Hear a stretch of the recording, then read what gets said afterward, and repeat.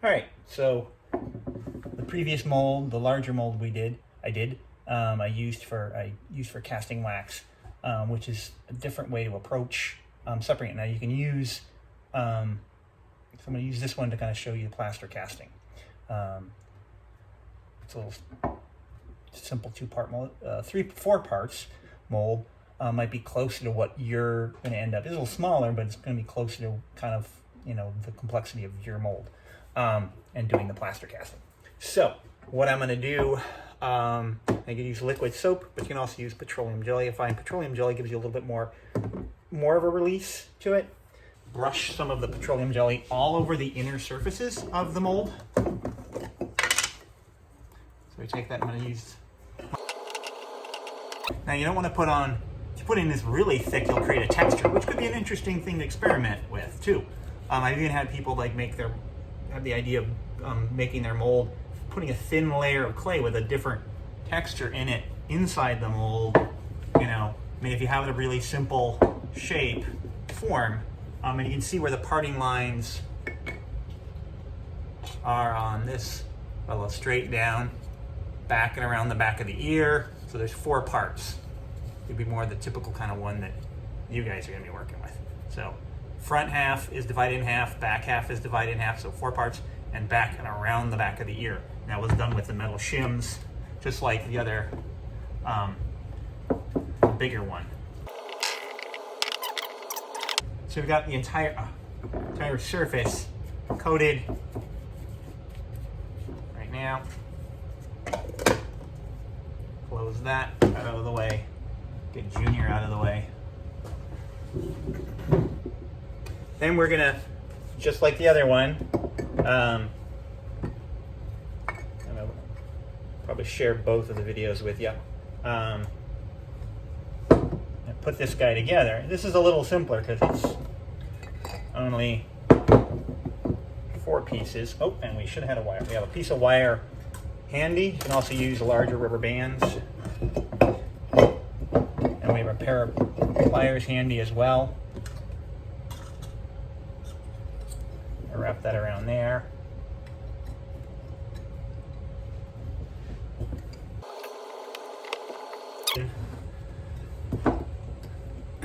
You want to make sure this wire is really tight, because if when you pour the liquid in, if any of these push out even a little bit, all that plaster is going to leak out the sides. Open it up. So then we're going to grab some clay and go over all these seams and make sure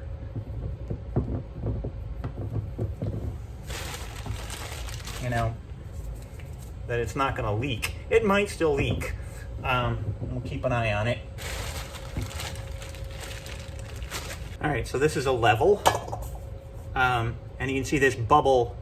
Hopefully you can see this bubble inside right here. So it's level when that bubble is in the center, in between the 2 lines, like that. So when you're using this part, and this one when you're pulling it in, something that way. And I got even one down there for 45. So I can see, I don't even need the level to see that it's drifting off or it's slanted. So I can kind of use that level, prop something underneath.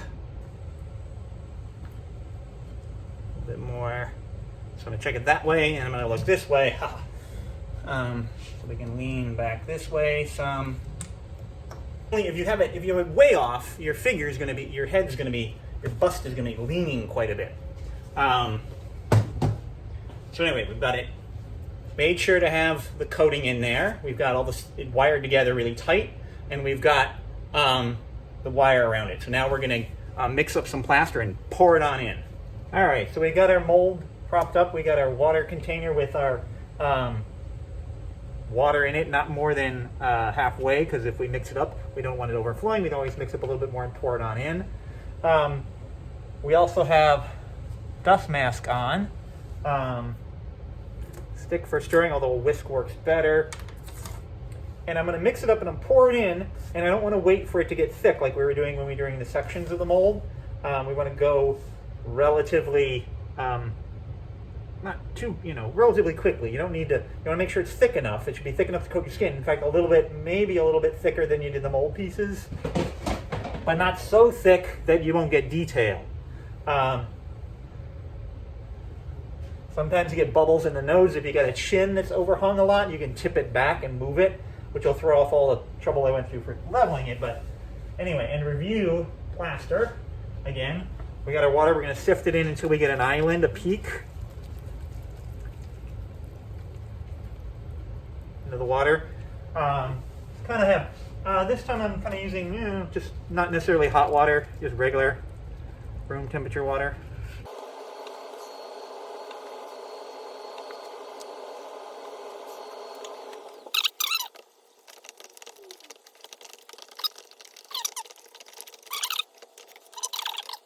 It's like kind of a heavy, thick milkshake. Remember, when you wash your hands off, we'll have a larger bucket at school, but use the bucket for rinsing the plaster off your hands. Do not wash them off in the sink. So I'm just going to take this guy, and sometimes I like to stop and kind of make sure there's no plaster shooting out anywhere. And fill it quite the way. I'm worried about his chin and his nose over here. So I'm going to stop there and I'm going to tip it back a little bit. Tip it this way, see if we can get some bubbles out. Now, there is a chance that if I'm doing this, tapping it to get bubbles out, that I could cause it to leak. So, and we all I just messed up all the level that I had done there. Anyway, level on the level. Fill it up. And the other way, say if I didn't have, well, actually it's not too bad. If I didn't have a level handy, I can I see that it's even all the way around the edge, so actually I've got it good enough. For us, it's mainly if you have it massively tilting. And you can don't use anything too heavy, but even like gently tap. Don't tap so hard that you're going to cause it, especially if your mold is kind of barely holding together, like it has some broken pieces and stuff like that. You want to be kind of wary of tapping the heck out of it. But there's some bubbles that are rising. So anyway, I'll let that sit. At least, when we were doing the other sections, we were doing like 20 minutes, half an hour, and it's, you can't put your fingernail into it. It's not bad if you give this a little bit more time to cure, like overnight or so. But, depends on how much in a hurry you are. Sometimes we got to get going. So at least sort of an hour, and it should be hard. It shouldn't be so soft that you can just dig into it. But it's going to take at least 20 minutes for it to set, and then it'll cure after that. Anyway, so that's that. All right. Hello again. So now we've let our mold sit here for a while, a couple of hours actually. Fairly hard. I'll take the wire off of it.